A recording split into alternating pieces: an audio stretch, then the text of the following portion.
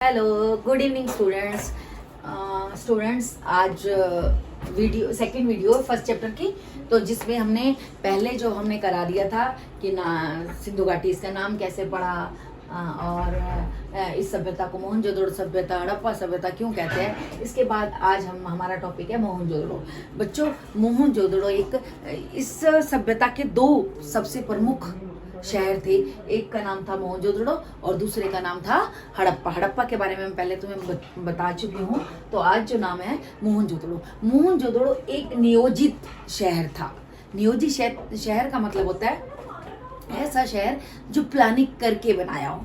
बिल्कुल पहले जैसे हम घर बनाते हैं तो पहले आर्किटेक्ट से पहले उसकी क्या क्या कहाँ क्या बनाना है वो बनाते हैं, उसके बाद हम घर बनाते हैं, नक्शा बनाते हैं। इसी तरीके से जो मोहनजोदड़ो था एक नियोजित प्लानिंग के अकॉर्डिंग बनाया हुआ शहर था। शहर दो बस्तियों में विभाजित था। एक का नाम था दुर्ग, एक को कहते थे दुर्ग और दूसरे को कहते थे निचला शहर। दुर्ग जो था वो एक ऊंचे से चबूतरे पर बना हुआ था।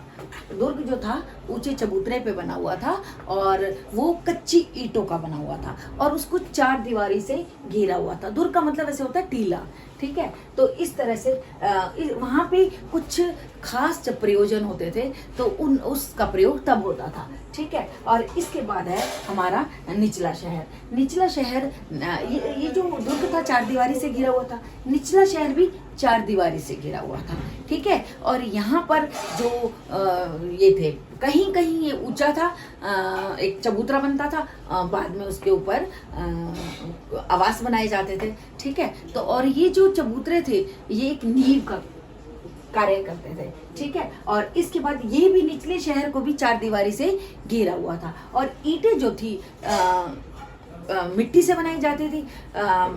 ईंटें जो कभी धूप में पकाते थे और कभी आग में पकाते थे, ठीक है। तो ये जो निचला शहर है ये ज़्यादा पॉपुलेटेड था, इसमें ज़्यादा लोग रहते थे। ये भी चार दीवारी से घिरा हुआ था, ठीक है। तो अब तुम्हारे वो हो गया कि मोहनजोदड़ो एक नियोजित शहर कैसे था, ये सब पता लग गया कि इसका दुर्ग और निचला शहर। और इसमें जो ईंटों का प्रयोग किया गया है, वो जो ईंटें थी वो आयताकार थी, ठीक है। और उनका साइज भी बराबर था। क्या साइज था उसका?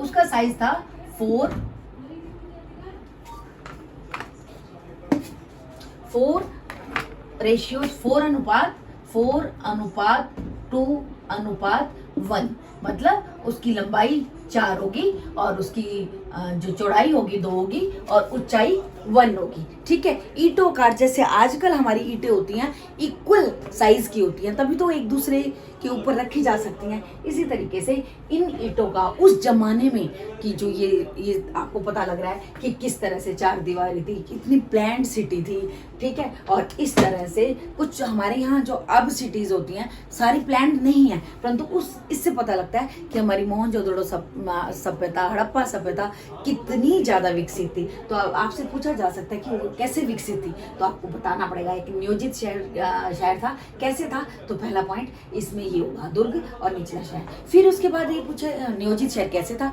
नालों का निर्माण। तो उस जमाने में भी नाले बनाए जाते थे। नाले कैसे थे? नाले जो होते थे कि पहले नालियां बनाई जाती थी, पहले नालियां बनाई जाती थी, ठीक है। और उसके बाद नालियों के दोनों तरफ घर बनाए जाते थे। नालियों के दोनों तरफ घर बनाए जाते थे और उसके बाद जो ये नालियां थी ये भी पक्की ईंटों की बनाई जाती थी। और जो घर का पानी, घर में जो स्नान घर था, घर का पानी गली वाली नाली में आता था और गली वाली नाली का पानी सड़क के नाले में जाया करता था और फिर उसके बाद वो वाला पानी फिर और बड़े नाले में जाता था, ठीक है। तो इस तरह से नालियां हमेशा ढकी हुई थी। तो बच्चों, उस जमाने में नालियों का ढका होना वहाँ के नियोजित होने का एक फुल प्रमाण है, ठीक है। तो वो नियोजित जो ये थी नालियां ढकी हुई होने का दो पर्पस थे। एक तो सुंदर, आज भी हमारी कई कई जगह जो हमारे प्लानिंग से जो हम बनाते हैं बस्तियाँ या जो शहर बनाते हैं, उसमें नालियाँ ढकी होती हैं ताकि वो सुंदर भी दिखे और कूड़ा कचरा अंदर ना जा पाए। तो ये क्वेश्चन आता है कि नालियाँ ढकी होने के क्या कारण से, क्यों नालियाँ ढकते थे। तो जैसे आज आपको पता है कि नालियाँ हम क्यों ढकते हैं। एक तो सुंदर लगती हैं और उसमें और इसके साथ कुछ मिस हैपनिंग नहीं हो सकती कि कोई अंदर कूड़ा नहीं जा सकता या कोई बच्चा ना गिर जाए, ठीक है। और इसके साथ साथ और अगर वो खुली होगी तो मच्छर भी आएंगे। तो इसलिए ही आपसे कई बार पूछा जाता है कि नालियों के ढके होने के क्या कारण थे, ठीक है। ये याद रखना है। वो जो आज भी आप देखते हो क्यों ढकते हैं नालियाँ, वो पहले भी वही था। जो आज हम करते हैं तो वो जो है 4500 साल पहले भी लोगों की ऐसी सोच थी, ठीक है। और हमारा नेक्स्ट टॉपिक है गृह स्थापत्य। गृह मीन्स घर, स्थापत्य मैंने घर कैसे बनाए जाते थे। बच्चों, घर जो बनाए जाते थे वो पक्की ईंटों के थे। ये याद रखना कि हम 4500 साल पुरानी बात कर रहे हैं। घर पक्की ईंटों के बनाए जाते थे और घर में क्या होता था, एक आंगन होता था और आंगन के चारों तरफ कमरे होते थे, ठीक है। और आंगन में गर्मी के दिनों में वो खाना पकाते थे और कताई भी करते थे। आंगन खुले थे, ठीक है। तो इसलिए गर्मी के गांव में अभी भी होता है कि गर्मी के दिनों में कभी आंगन में ही बैठ के चूल्हा चला देते हैं और खाना बनाते हैं। इसी तरीके से वहाँ पर भी आंगन में खाना बनाया जाता था और प्लस साथ साथ वहाँ पे कताई का कार्य भी होता था। तो इसके साथ साथ ये भी बहुत बड़ी बात है कि वहाँ पे घर जो होते थे 2 मंजिला होते थे, ठीक है। और जो ग्राउंड फ्लोर होता था, जिसको भूतल कहते हैं, ग्राउंड फ्लोर में खिड़कियाँ नहीं होती थी। वो इस बात का पूरा ध्यान रखते थे कि क्योंकि उनके घर जो थे इसके गली के साथ होते थे, गली के बिल्कुल लगते। तो उनको लगता था कि कोई भी जो गली में से इंसान क्रॉस करेगा उनके घर से कुछ भी झांक ना पाए। वो एकांतता का, प्राइवेसी का पूरा ध्यान रखते थे। तो और इसके साथ साथ मैंने बताया कि वहाँ पे सीढ़ियाँ होती थी, ठीक है। पक्की ईंटों के बने होते थे और एकांतता का वो ध्यान रखते थे।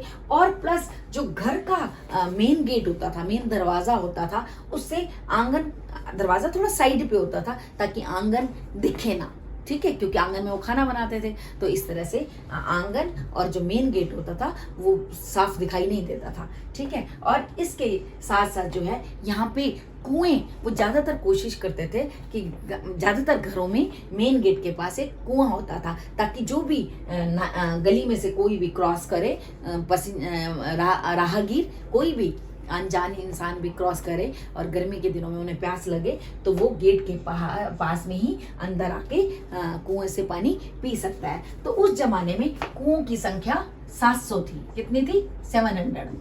कुओं की संख्या कितनी थी? 700 कुएं थे। तो बच्चों, ये एक नंबर में बहुत बार पूछा जाता है कि कुओं की संख्या कितनी थी, तो आपको बताना है कुओं की संख्या 700 थी, ठीक है। तो आपका ये हो गया मोहनजोदड़ो एक बहुत बड़ा शहर था, ठीक है। उसके बाद ये नियोजित शहर था, कैसे था, दुर्ग था, ये 2 बस्तियां 2 हिस्सों में बटी हुई थी। तो ये फिर इसके बाद नाले कैसे होते थे बच्चों, ये नाले वाला क्वेश्चन अलग से भी आ जाता है कि मोहनजोदड़ो की जल निकासी प्रणाली का वर्णन करो। तो उसमें सब वो अलग से 3 नंबर का क्वेश्चन आता है। अगर उसमें अगर ये पूछा जाता है कि हड़प्पा सभ्यता की विशेषताएं क्या होंगी, तो आप उसमें एक नियोजित शहर, नालों का निर्माण, गृह स्थापत्य, ये सारा कुछ लिखोगे। परंतु कई बार जो उन्होंने छोटा क्वेश्चन पूछना होता है तो 3 नंबर के क्वेश्चन में ये पूछ लेते हैं कि सिंधु घाटी सभ्यता की या हड़प्पा सभ्यता की जल निकासी प्रणाली का वर्णन करो। तो आपने सिर्फ नालों के निर्माण के बारे में बताना है। अगर मोहनजोदड़ो की विशेषताएं पूछे तो ये सब कुछ बताना है और भी। तो हम बाकी जो करेंगे नेक्स्ट क्लास में करेंगे।